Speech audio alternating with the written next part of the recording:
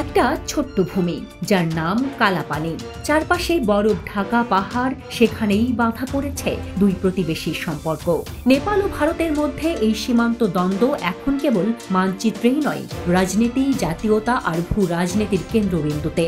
আর জানবো আসলে কি ঘটছে এই ম্যাপ যুদ্ধের পেছনে। নেপাল ভারত সীমান্ত নিয়ে বিতর্কের শিকড় খুঁজতে গেলে আমাদের ফিরতে হয় 1815 সালের সুগৌলি চুক্তিতে।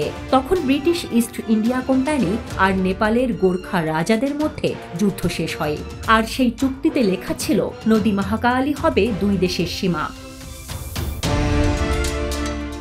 কিন্তু প্রশ্ন হচ্ছে, মহাকালী আসলে কোন নদী? এখান থেকেই শুরু হয় বিতর্ক। ভারতের দাবি লিম্পিয়াধুরা নদী নয়, বরং দক্ষিণে বয়ে যাওয়া নদীতেই মহাকালী। আর নেপালের দাবি মূল উৎস লিম্পিয়াধুরাই প্রকৃত নদী, আর তাই কালাপানি, লিপুলেখ, লিম্পিয়াধুরা অঞ্চল নেপালেরই অংশ। 2020 সালে যখন ভারত নতুন একটি রাস্তা বানায় মানস সরোবর পর্যন্ত, সেটা গিয়েছিল লিপুলেখ পাসওয়ে। এটি নিয়েই উত্তাল হয় নেপাল সরকারের প্রতিক্রিয়া ছিল তীব্র।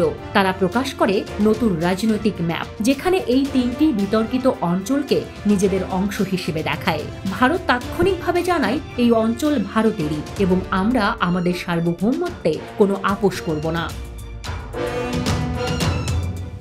এরপর দুই দেশের মধ্যে কূটনৈতিক স্তরে উত্তেজনা আরও বাড়ে। বর্ডার এলাকায় বাড়ানো হয় সেনা মোতায়েন। নেপালের সাধারণ মানুষ ক্ষুব্ধ।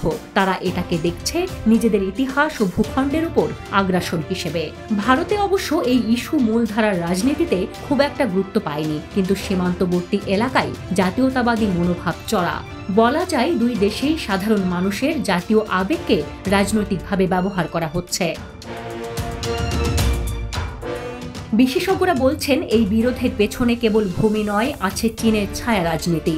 নেপাল সাম্প্রতিক বছরগুলোতে চীনের দিকে একটু বেশি ঝুঁকছে, আর ভারত তা ভালোভাবে নেয়নি। এই সীমান্ত দ্বন্দ্ব অনেকের মতে দক্ষিণ এশিয়ার কৌশলগত ভারসাম্যে পরিবর্তনের বার্তা দিচ্ছে। কালাপানি অঞ্চলের অবস্থান কৌশলগতভাবে গুরুত্বপূর্ণ। এটি ভারত চীন সীমান্তের খুব কাছেই। ভারত এই অঞ্চল ব্যবহার করে উত্তরাখণ্ড থেকে তিব্বতের মানস সরোবর পর্যন্ত রাস্তা তৈরি করেছে।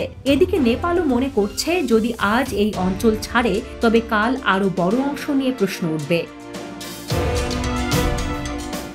এটাই এই সংকটের মূল।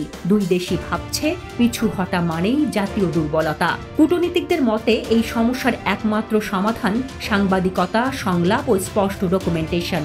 নেপাল ও ভারতের উচিত একসাথে বসে ঐতিহাসিক নথি পর্যালোচনা করা এবং সীমান্ত নির্ধারণের নতুন মানদণ্ড নির্ধারণ করা।